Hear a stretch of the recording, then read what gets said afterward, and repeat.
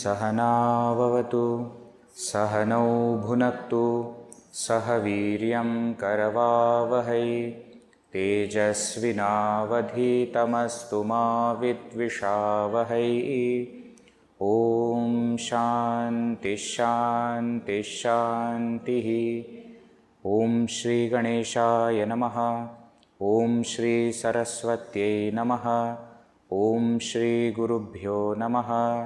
श्रुति स्मृति पुराणानाम् आलयं करुणालयं नमामि भगवत्पाद शङ्करं लोकशङ्करं समस्तजनकल्याणे निरतं करुणामयं नमामि चिन्मयं देवं सद्गुरुं ब्रह्मविद्वरं मूकं करोति वाचालं पङ्गुं लङ्घयते गिरिं यत्कृपातमहं वन्दे परमानन्दमाधवं परमानन्दमाधवं। नारायणं नमस्कृत्य नरं चैव नरोत्तमं देवीं सरस्वतीं व्यासं ततो जयमुदीरयेत्।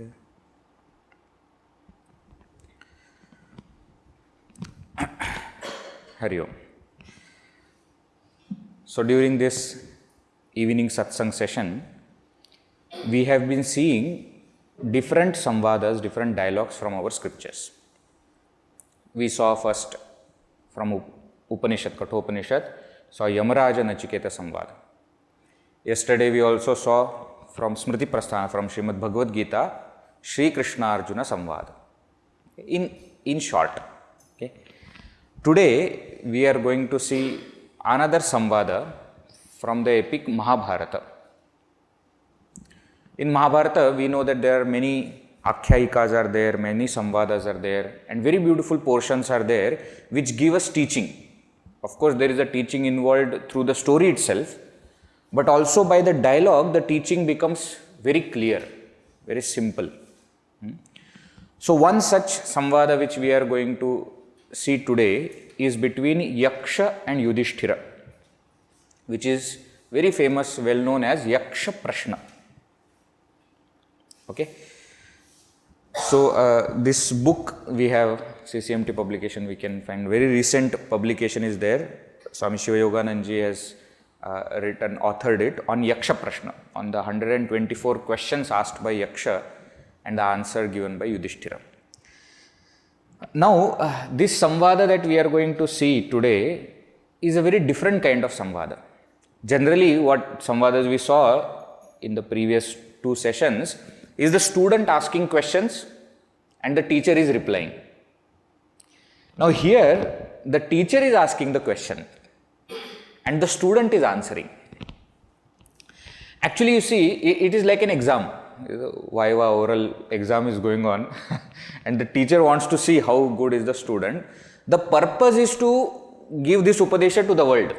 Whether it comes from the mouth of student or teacher, it really doesn't matter, right? And here we also see that it is not that the teacher is asking because he wants to gain the knowledge, but teacher wants to check the knowledge of the student. So it is, so we will see that there is no elaboration. This question, there is answer. Question, answer. Question means if half line he has used for question, in that half line only he has given answer. And why? Because to the teacher you don't have to explain. I remember when I was in school, my teacher one day called me and he said, I am going to suggest something to you which is very important for you, because I am teaching you for a long time and I am checking your examination papers, etc. And that teacher told me very, very important technique of writing exam. He said, when you write the exam, you are writing the answer in such a way that you are explaining to the teacher. Don't do that. Teacher doesn't need that. You just have to communicate to the teacher that you have understood. Actually, that helped me a lot throughout my life, whether it was engineering or MA or PhD, whatever now I am doing, how to write, how to give exam, in the sense that when the question is asked, you don't have to start from the elaboration, etc. You just have to write the point and highlight the point by which the teacher understands that you have understood. That much only is the point. So here we see that through the answers of Yudhishthira, that he is not elaborating, he is not giving reasons why I am giving this answer. Question is asked, answer is given. Very beautiful portion of Mahabharata this is, and especially for all of us in today's generation, who so to say, who have lost touch with our culture and our scriptures, this is like a fresh eye-opener. If we just understand these points, our life will become very simple. Another beauty of this portion is the questions are not spiritual. Some of the questions are spiritual, but not all the questions are spiritual. They are quite worldly also. Who is the friend of a farmer? From where does sun come? From where sun goes back? Like that, which is very much close to our day-to-day life. So not all the questions that we see are spiritual. However, all questions can be interpreted spiritually and the answer also can be found spiritually. That's the beauty of spirituality, you see. It can be found in anything, right? So that we also see in this Yaksha Prashna, in this Yaksha-Yudhishthira Samvada. Now, this Samvada comes in Vana Parva, the third section of Mahabharata. There are total 18 Parvas are there. In the third Parva, Vana Parva, this story comes, and we'll just see the story in short. I am sure many of you already know the story, but Akhyayika, the background behind the dialogue, is Vana. The Pandavas are in Vanavasa, and towards the end of their Vanavasa, towards the end of the 12 years of Vanavasa, they are staying at one place. The place is called Dvaitavana. And in this Dvaitavana, one Brahmana one day comes to them and says that my arani sticks. Arani is a kind of shaft, wooden shaft, which is used to generate fire for Agnihotra, for Yajna Yaga, etc. So that arani sticks that the Brahmana was using, he says that they are missing. And how they went missing? So those arani sticks were caught up in the what we say, that antlets of one deer, and that deer ran into the forest. So I am not able to get those sticks. If I don't get them today, tomorrow I will not be able to perform my yajna. So please, you are Kshatriyas, you please find out these sticks for me. So Yudhishthira agrees, and all the 5 brothers, all the 5 Pandavas, they go in jungle to search for these arani sticks. But they search everywhere. They separate themselves also and go in different directions to search, but they are not able to find. Finally, they all assemble under one banyan tree, Ashwatha Vriksha, and they are very exhausted, very hungry, thirsty. So Yudhishthira creates a bucket to fill water using the arrows. Very interesting, okay? And sends Nakula to fetch some water, that we will drink some water and then we will proceed with our search.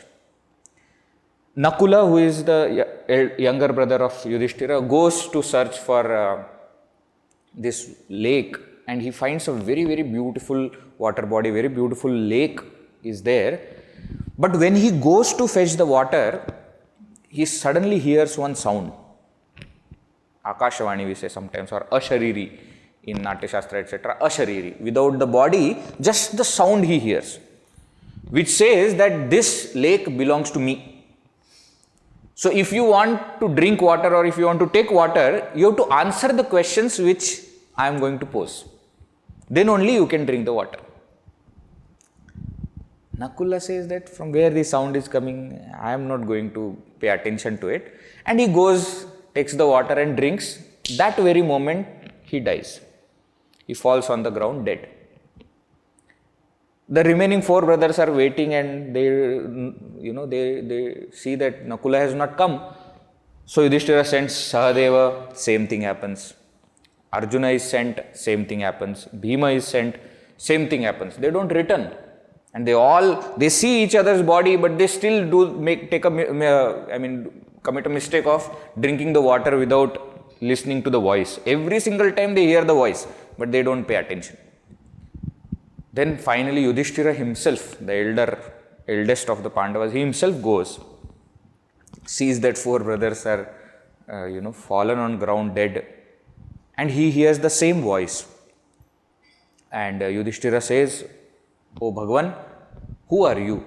Are you some Devata or are you some Yaksha, Kinnara, Gandharva? Who are you?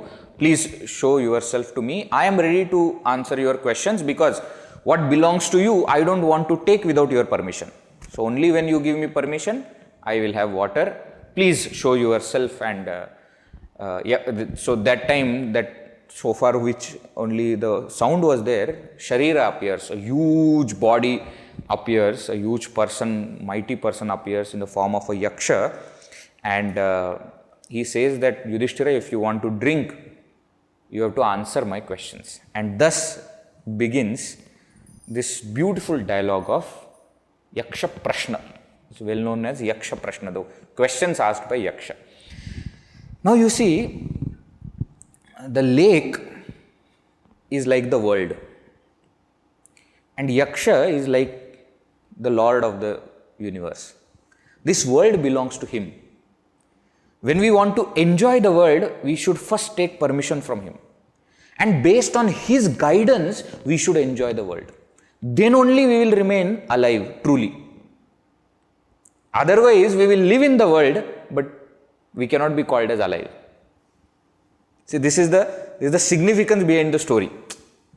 You understand? So, this beautiful nectar of Yaksha-Prashna, when we understand, then we will be able to drink that wisdom. Wisdom Sakshat is coming from God only, but coming from the mouth of Yudhishthira. So, the questions begin, and there are total 124 questions on various topics. I have just taken few questions, and we will see in today's session. Few of the questions, if we can see, it will be good. So, let us begin. I will just read the verse and question and answer also, and then we will see one by one. So, one verse goes like this: Kenasvit shotriyo bhavati, kenasvit vindate mahat, kenasvit dvitiyavan bhavati, rajan kenacha buddhiman.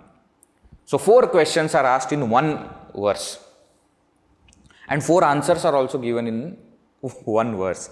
Shrutena shrotriyo bhavati, tapasa vindate mahat, dhritya dvitiyavan bhavati, buddhiman vriddha sevaya. Beautiful portion. Let us see now one by one the questions. The first question is, Kenasvita shrotriya bhavati. O Rajan, O king, by what a man becomes learned? What makes a man learned? Now, as I told you yesterday also, now we are the student, right? So, we are in the position of Yudhishthira. So, put yourself in that position and think, if somebody asks us this question, what makes a man learned? What will be our answer? Degree. How do you know somebody is educated, learned or not? Degree. I have done MA, PhD, double PhD, doctorate, MPhil, etc., etc. I put also, no, outside my house on the door itself, I put all that to show what? A learned person, okay? How much knowledge I have, that nobody can check, no? So, very interesting. I always used to go to doctors also, no? Doctors will put that certificate. Have you seen? Lawyers and doctors. Engineers I have not seen, maybe because they don't have office only. But doctors and lawyers I have seen that they put that certificate on the wall itself. There is a rule like that they have to do this. But you understand, it only goes to show that this person has completed the course. Whether he has got knowledge or not, certificate cannot tell. So learned, if somebody wants to be, what makes a man learned? Not education. Shrutena shrotriya bhavati. The answer given is by listening. By learning, one person becomes learned. Now there is a difference between learning and educating. See, nowadays education has got a different connotation. I may be educated, but I may not be learned. Because education comes with the degree. I may complete the degree, I may get the degree, but that doesn't mean I know the knowledge. Why? Because we know today's situation. Why should we say today? Even 20 years, 50 years back, it was like that only. We don't remember now what we studied in graduation, post-graduation, etc. And forget about now. Even at that time, next day, etc., half of the knowledge would have been already gone. Isn't it? We fill something in our head, then go in the exam and empty it and then come out fresh. Nothing is there with us now. Free. For what? For new information to come in. Isn't it? But here the answer is given, Shrutena shrotriya bhavati. Person should listen. Why? Because Shravana matrena jnanam bhavati. Because knowledge is gained, wisdom comes only by listening. And you see, it also gives an insight into what learning should give.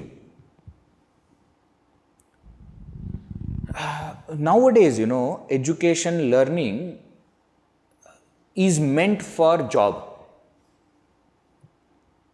And that's why it is restricted to degree. You show the certificate, you will get a job. Job is meant for money. Money is meant for luxurious life. So there is one-to-one connection, and therefore, since we want only that, nobody cares to gain knowledge. More importantly, if we see, the knowledge that we gain is actually outside the educational field. More knowledge we gain outside the education field. Think about it. I also, when I see what I studied in engineering and what I have studied after that, what I have studied after that is much more than what I studied at that time. So my actual knowledge has come outside, not in that educational field. So it is a good exercise for us to reflect on what learning or education should give. And there are various scriptures which make this point very clear, that learning should give good conduct. Good conduct is what should be the natural result of learning. If I am going to become more and more arrogant, if I am going to find more and more ways to do criminal activities but not get caught by it, then it is not learning. It may be coming from education, but that's not true learning. True learning should give me good conduct, good qualities, purity, not just in my actions, but in my intentions also. That is what a good learning should give. So what makes a man learned is listening. And that's why in Gurukula system, the entire learning method was based on listening. There was no concept of studying for exam. There was no such concept. Why? Because every day used to be exam. In the Gurukula system, whatever you have learned, the teacher will ask at any time and you have to answer. Which means what? The whole focus is on learning, listening and understanding. Right? So, it's a good way for us to understand this point and go back to that old method, which will really give us that knowledge. So, kena svit shrotriya bhavati, what makes a man learned? Shrutena shrotriya bhavati. Listening will make a man learned. Next question. Kena svit vindate mahat. How does one attain greatness? Now again, what do you think? What makes a man great? Veji? Number of followers. on social media. 1 million followers. I am a great person. See how our definitions have changed nowadays.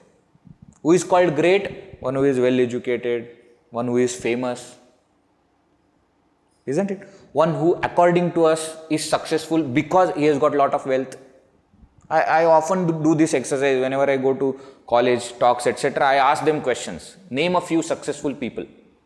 And they always start with Elon Musk, Ambani. And then they suddenly understand a brahmachari is asking questions, so we should answer some according to that also. So they come to Abdul Kalam, Swami Vivekananda and these. That is because according to the examiner you have to change your answers. No? So they change. But their immediate thing is politicians, businessmen, sports people, Bollywood, movie stars, etc. That according to them is success. Then I ask them question, your mother and father, parents are not successful?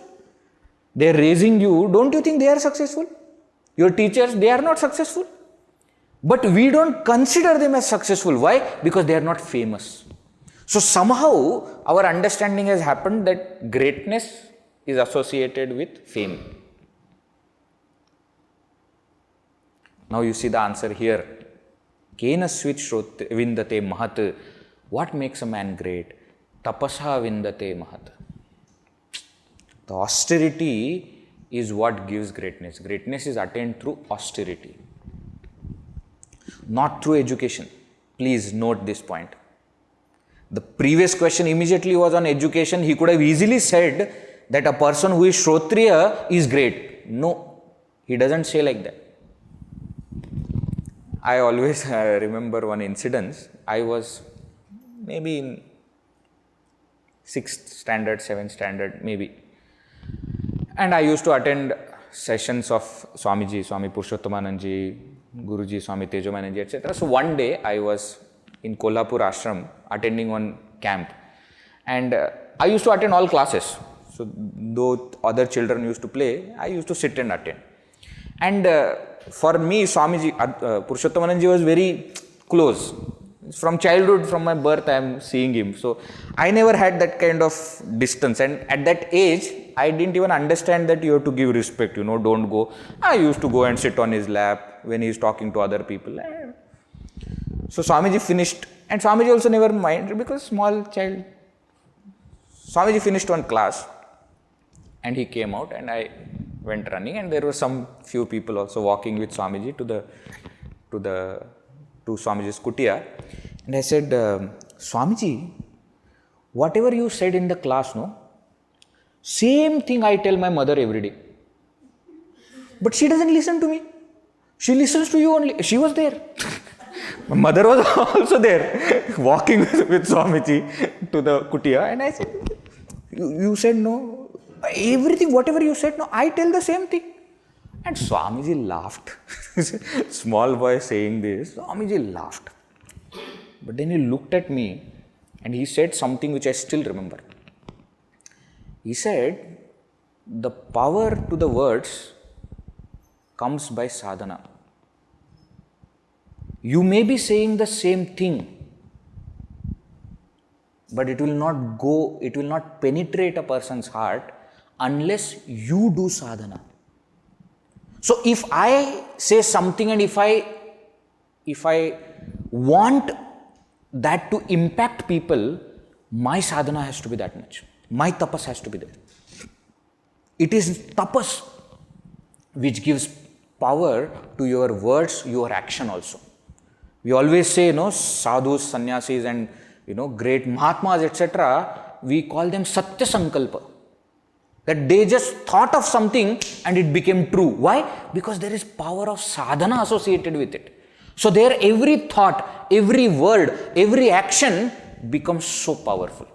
You take Gurudev's any book, Swami Chinmayananji Maharaj, any book you take, you open any page, any line, we will see so much of inspiration and power is there in that line. How? See, it is technically impossible to bring that power in every word that you use in a book. Suppose you and me decide to write one book, it can never come. But it is not the power of words, it is the power of their sadhana which is coming out through words. So what makes a man great, what brings greatness is tapas. Now, this tapas need not be understood just as spiritual tapas. See, worldly also greatness is achieved only when tapas. Tap means to burn.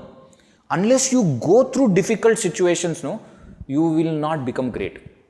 Often they give example of charcoal becoming diamond. That it passes through so much of stress, so much of difficulty that it becomes diamond. So greatness comes by tapas. Worldly, spiritual field, to what to say? Everything revolves around tapas only. Knowledge you may gain. Knowledge is tattvamasi. Knowledge is gone. But we don't experience it. Why? Because there is a lack of tapas, lack of sadhana with us. Here tapas can also be interpreted as jnana tapas. Tasya jnanamayam tapah.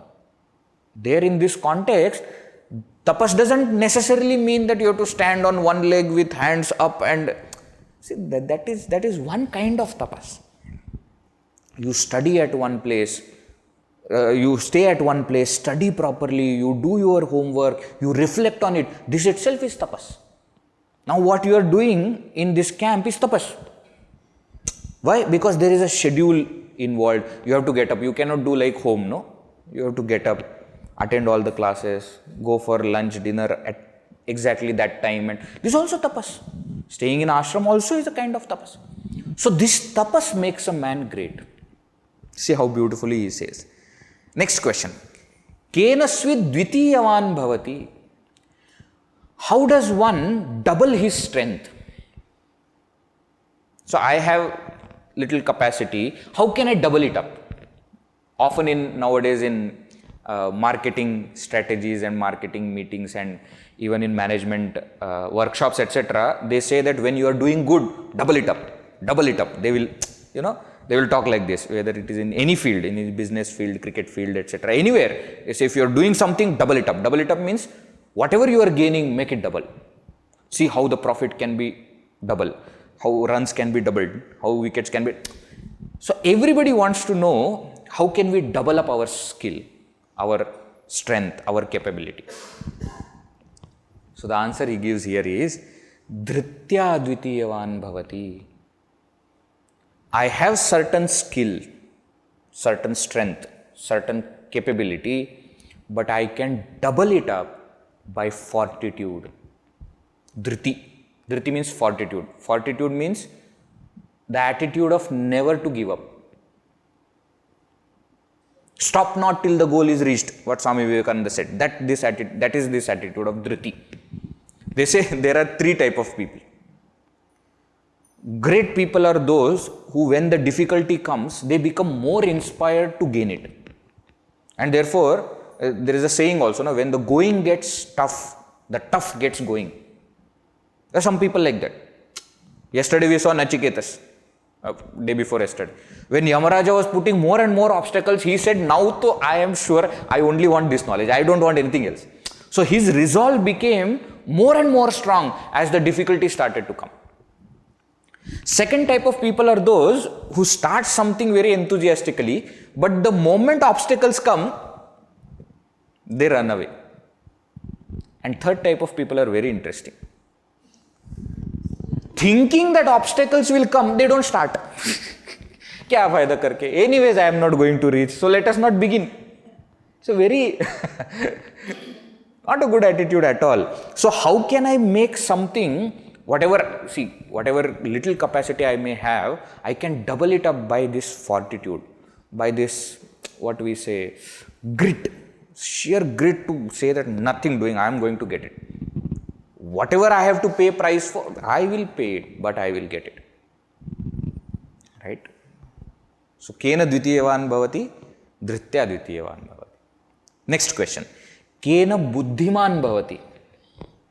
How does a one become intelligent? How does a person become intelligent? Now, this is another question, which we have been asking. And we have been telling also from childhood, kya kare, what to do, I don't have only brain. So, majority of us, we believe that intelligence is born. Means, it is pratibha, it is there from the birth. If I am not intelligent from birth, then I cannot be intelligent in whole my life. क्या करें, मैं बुद्धू पैदा हुआ. Our scriptures say no, there is nothing with which you are born and which you cannot cultivate later. Everything can be cultivated later. There is nothing which cannot be cultivated. So what makes a man intelligent? Now again, what we think? Knowledge, experience. These are our answers. How do I become intelligent? By gaining some information, knowledge, by experiencing something and thus gaining that. Yudhishthira gives answer, Buddhiman vriddha sevaya. By seva, by serving the elders, one becomes intelligent. Huh? What is the connection? Seva and intelligence, what is the connection? You see, seva brings the attitude of humility, by which we gain the wisdom, which makes us intelligent. See, there is a difference between intelligence and wisdom. There is a difference. There is a difference between jnana and vijnana, anubhava. What I am telling, you may write down. But what I am trying to make you experience, you will experience only when there is tuning between the student and teacher. What the scriptures are trying to tell us, we will understand only when we are in tune with that scriptures. And therefore, in all our scriptures, we see that in Gurukula system, the student used to go and serve. In Prasthāna, some few days only I am going to begin the classes on Prasthāna. We will see that 6 students approach the teacher and they say, we have some questions. So teacher says, very good, go and serve in the ashram. 1 year they serve, then they ask one question. They are allowed to ask one question. One student asks a question. Then for next student to ask the question, again 1 year they have to serve. Then again they come back, they ask the second question. Then again, why? Because service makes that tuning perfect. When the tuning is done, the moment teacher tells, the student gets it. We may conduct hundreds of symposiums and workshops and seminars on how to develop education system. This is the crux of education system that is going wrong today. There is no attitude of service, either from the student or from the teacher also. That concept itself is slowly going. Nowadays, the entire concept is students and teachers are at equal level. No, that's not our culture at all. Why? Because we know that the teacher is at a higher level and then only the knowledge will flow. And for that, I have to bend, I have to be humble for that knowledge to enter. If my head is high, I will not be able to gain anything. And to become humble, I need to do seva. That seva will make me humble and then I will get wisdom. So, kena buddhiman bhavati buddhiman vriddha sevaya. Beautiful concept. Now what? Some very interesting questions and answers are there. Kimsvid gurutaram bhumehe. What is heavier than earth? What is heavier than? Heavier here means what has got more patience and tolerance than earth. Earth is supposed to be, very tolerant. Whatever we are, we are walking, we are building this, etc. The earth is forbearing. So what is it which is having more tolerance, more forbearance than the earth? The answer given here is Mata Gurutama Bhumehe. It is our mother which is even greater or even heavier than, even more tolerant and more, having this forgiveness, forbearance than the earth. I can go on talking about it, the importance of mother in our life, but I am not going to do that. We all know it. But you see, in Mahabharata itself, there are other verses which say that Brahmanas are considered great. He says you put 10 Brahmanas together, they are equal to 1 Acharya. 10 Acharyas you put together, still greater is 1 Upadhyaya. 10 upadhyayas you put together, still one father is greater. It says 10 fathers you put together, mother is still greater. In the last parva of Mahabharata, this verse comes. Dashaiva tu sadacharya shrotriyan atirichyate, etc. Mother is considered greatest. And we know it by our own experience. Whatever mistakes we do, she forgives. Isn't it? She may punish for our betterment, but she forgives. Right? Mata gurutama bhume. Next question. Kim svid uchchataram cha khat? Kha means akasha. What is greater or higher than the sky? What? Khat pita uchchatarah tatha. It says father is higher than the sky. Now here you see, when it comes to mother and father, etc., no, one character that stands out in our history is Sri Rama, who is Sakshat obedience personified. His attitude of service towards his mother and father was unparalleled. We also listen to Shravan, etc. stories which are there in our regional language also, who took the mother and father to Kashi, etc. All those stories are there. But in Sri Rama's life, we listen to, in Ramayana, we see these two aspects. For mother, he always puts mother and motherland together. There is one verse, not from Ramayana, but is attributed to Sri Rama, which says, Apiswarnamayi lanka name lakshmana rochate, janani janma bhumischa swargadapi gariyasi. So the answer which was given as mother can also be understood as motherland. And it is said that when Rama killed Ravana, he had the entire golden Lanka with him. But he said, I will go back. You, Vibhishana, you stay here and rule. Why? Name Lakshmana rochate. Swarnamayi, api Swarnamayi, though it is golden. Why? Janani janma bhumicha. Mother and motherland. Swarga adapikari. He is higher than even the heaven. You tell me that you will get the adipatya over heavens also, Swarga also, I don't want. I want to go back to my mother, to my motherland. Shankaracharya himself has written such a beautiful Matrustavana. Matru Panchakam he has written. And we see the story also that he came back. When the mother needed, when she was on the deathbed, he came back. He did her Antya Samskara against all the rules. Sannyasi was not supposed to do. But he did. He said, what? Mother's wish is higher than all the dharmas put together. Same way we see Sri Rama saying it about the father's words also. He says, Dharmo hi paramo loke, dharme satyam pratishtitam, dharma samshritam etaccha, piturvachanam uttamam. When the entire discussion is happening in Ramayana, that Vasishtha Rishi and Bharata and all of them are telling different ways by which Sri Rama can avoid Vanavasa. But Bhagavan says, no. My father has said it. It is my responsibility to make it true. So mother and father should be considered like this. If we can even bring this simple point in our life, no, our life will become happy. We can never be happy in our life if our parents are not happy. You can frame this line and put it anywhere you want. This is the fact. Even on spiritual path, if your mother's, father's permission, their willingness is not there, you will not succeed. This is the fact.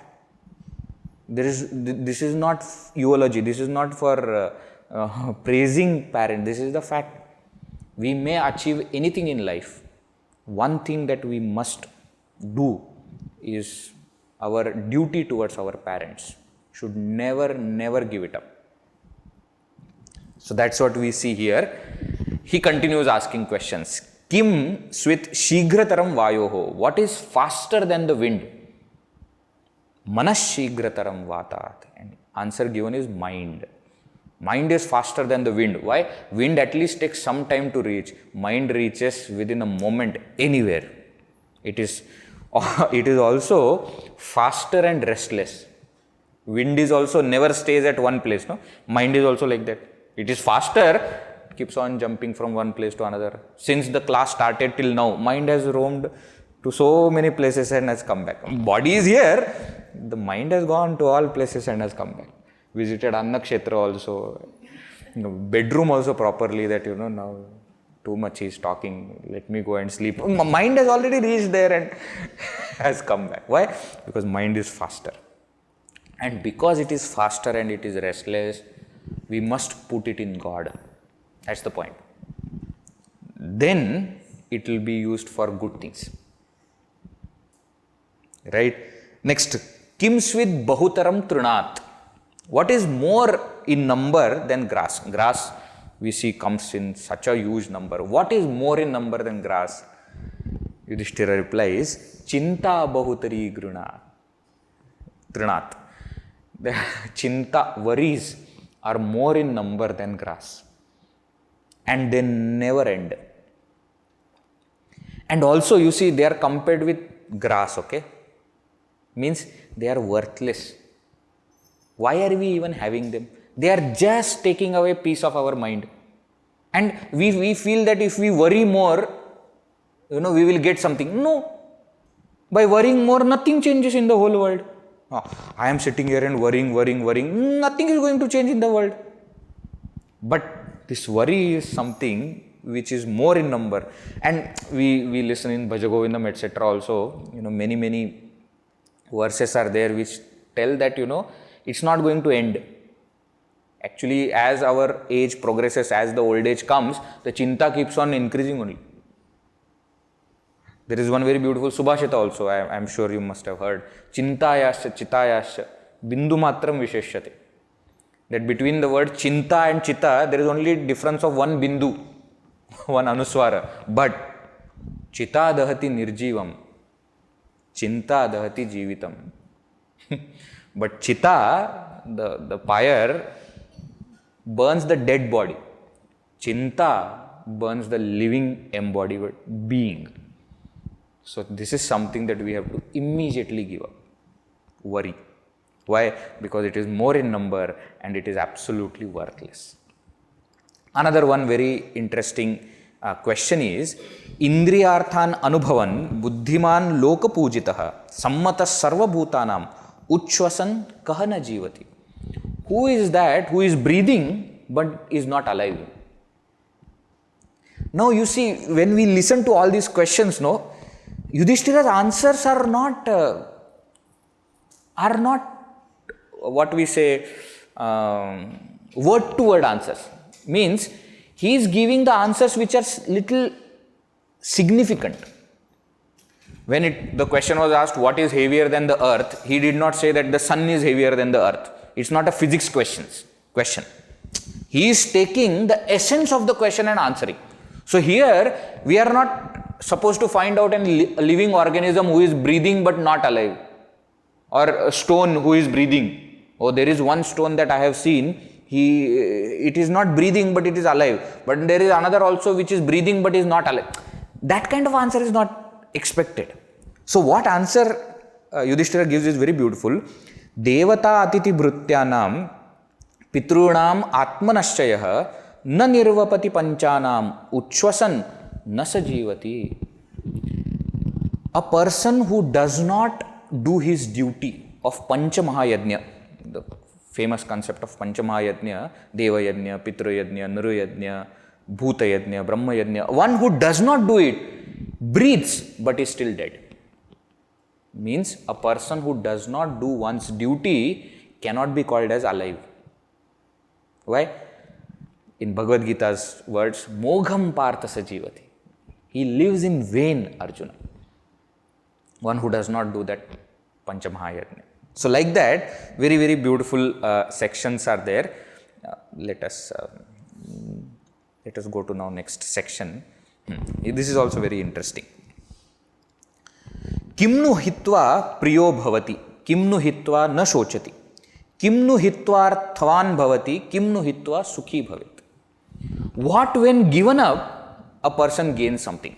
See, always we think that if I want to gain something, I have to get something. I have to imbibe something. No, sometimes I have to give something up to gain something. Shah Rukh Khan also has understood this. कुछ पाने के लिए कुछ खोना पड़ता है. He said long back. We don't understand it till now. We are not ready to give up anything, but we want to gain everything. ऐसा नहीं होता है. It doesn't work like that. So here it is explained what when given up you gain something. So kim hitva priyah bhavati. What when given up makes a person dear to all. If you want to be dear to all, what you have to give up? Not what we have to imbibe, okay? We may say, smile. Look at everybody and smile. Atithi, satkara, etc. By that you will not become dear to all. Manam hitva priyah bhavati. If you give up your pride, then everybody will love you. Don't we see this in our life also? A person who is loved by all, respected is a different thing. But love will come in their heart only when we don't have pride. If we have pride, and pride is like suppose we have huge body. Then wherever we are walking, we will touch so many people, isn't it? And we cannot pass through. But when we are no mana, no pride is there, then easily we can pass through any situation without anything. Why? Otherwise we will trouble every single person on the way, on this journey of life. So, when we give up our pride, we become dear to all. Kimnu hitva na shochati. What when given up, a person does not become sad. What is that we have to give up if we don't want to become sad? Krodham hitva na shochati. See, look at our own life, we will see this. Every single time we have got angry, later on we have felt sad. Isn't it? So, if you want to give up sorrow, you have to give up anger. Krodham hitva na shochati. Kimnu hitva arthavan bhavati. What makes a person wealthy? What when given up makes a person wealthy? Kimnu hitva. What when given up makes a person wealthy? Kamam hitva arthavan bhavati. You give up desire, you will become wealthy. What? See, this is exact opposite of our present economy. They say if you want to become wealthy, you need to have ambition. Ambition will make you wealthy. The Shastra says you need to be desireless to become wealthy. And this we see also. You take the top people, who are extremely wealthy, who have done good karma and have become wealthy, their life will be very simple. They will not have many desires. They will be living in a small apartment, maybe driving their own vehicle. Always they often say about Ratan Tata also. Till the time he could not drive because of his old age, he was driving his own vehicle, he was staying in a flat. Very simple life. You see their clothes also are very simple clothes. It is one who wants to show off that he is very wealthy, will put lot of things. He is not actually wealthy, he is showing off his wealth. What when given up a person will become wealthy? When you give up desire. Kamam hitva arthavan bhavati. Kimnu hitva sukhi bhavet. What when given up a person will become happy? Yudhishthira says, Lobham hitva sukhi bhavet. If you want to become happy, give up greed. Trividham narakasyedam. Dwaram nashanam atmana. Kamaha, krodha, tatha lobha, tasmade tatrayam tejet. Bhagavad Gītā says in 16th chapter, there are 3 doorways to hell. Desire, anger and greed. See, these are the 3 things that we have seen. Anger, desire and greed. See, if we give these 3 up, then we will be happy, we will never have to be sad, and we will get all the prosperity. Wealth is just upalakshana for all the prosperity that we get through this. So, see how beautiful this entire thing is. Now, 1 or 2 more questions we will see, which are very important, and I always like this. Kamodate, kahamodate. Who is that person who is truly happy? Worldly point of view, okay? We're not talking about spiritual point of view, that one who gives up this. So, answer is very beautiful, and today we all have to reflect on this answer. The answer given is, Panchame ahani shashteva shakam pachati sve gruhe anrinicha apravasicha savaricha modate. He says a person who cooks in his own house, who does not stay away from home, and who doesn't have any debt, anrini, rina is not there, that person is happy. Shock. Why? Because today, without debt to our education only doesn't start. Educational loan, car loan, house loan. Our entire life is based on taking the loan and then repaying that loan. We want to eat outside food only. Because we say, who is a happy person who eats outside food? One who cooks at his own home is really happy. Why? Because it is nutritious food that you get. You get the food that somebody has made with love. Why do you still like your mother's food? Food cooked by your mother. Why do you still like? Not because there is taste in it. That taste is there everywhere. Taste can be better in some other place. But because she cooks with love. That love is what you are eating. Therefore you like it. In that young days, no, we want to go away from home. Apravasicha, one who stays at home, is happy person. Oh, Veji, nowadays, there is so much of depression. You see this. This is the reason. You want to go there and stay somewhere and eat some food and then take this, that from this place, that place. How you will be happy? See, answer is given 5,500 years back. Okay, we have not yet understood. That's the only difference. Faster we understand, better it will be for us. Next question. Kim Ashcharyam? What is truly a wonder? This question I always like and I often quote also. That generally we speak of 7 wonders of the world. Taj Mahal and that leaning tower of Pisa, etc. What is truly a wonder? Yudhishthira says, Ahani ahani bhutani gacchanti ha yamalayam shesha sthavaram icchanti kimascharya matafparam. He says every single day people are dying and we see people dying. Still we feel that I am never going to die. This is Ashcharya. You see our life also. In Vedanta there is a term also called as Smashana Vairagya. When we go to that Smashana, somebody has died and we go for funeral, etc. When we come back, we are extremely dispassionate. Why? What is the point in everything? Finally, everybody has to enter into the fire only. There is no point, etc. But that Smashana Vairagya remains only till we come back home and take bath. The moment we take bath, what is there for food? Gone. Vairagya is over. We forget that we also have to face it. So everybody dies, we see everyone dying, still we feel that I am never going to die. This is the greatest wonder, he says. Last question for today we will see. Kaf pantha. What is that right path? This is one of the last questions that even Yaksha has asked to Yudhishthira. What is the right path? Very, very important. And the answer is very, very famous verse. Tarko pratishtha. Shrutayo vibhinna, naiko rishiryasya matam pramanam, dharmasya tattvam nihitam guhayam, mahajano yena gata sapantha. Tarkaha pratishtha, by your logic, etc., you cannot decide what is the right path. You cannot say that, okay, this is the let us logically analyze. Shrutayaha vibhinna. There are scriptures also giving different things which are right. Na ekaha rishi yasya matam pramanam. There is no one thinker, one philosopher whose mata is considered to be authoritative. Why? Because there are so many matas.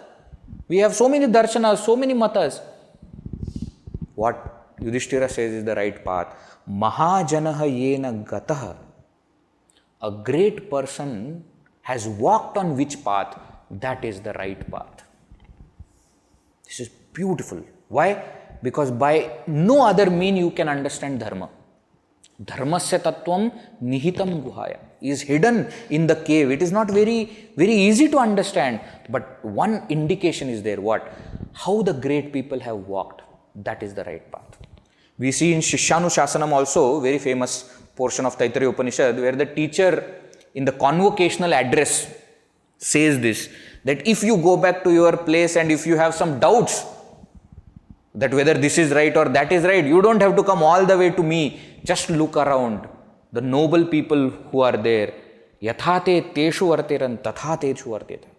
As they are living, live like that. Not imitate. Live like the noble people. So, yena mahajanah gataha sahapantha. So, the path which is walked by the great people is the right path. Right? And therefore, for us also, this one, what we say, indication we should hold on to and walk on the path which great people have walked on. That's why in our culture, we give so much of importance to Sri Rama, Śrī Kṛṣṇa, Arjuna for that matter, Yudhishthira, and all these Harishchandra, all these characters from our history. Why do we study? So that we understand how they have lived. The word Ramayana itself is Ramasya Ayanam. Ayana means walking. Ayana, one meaning is house, another meaning is Ayanam.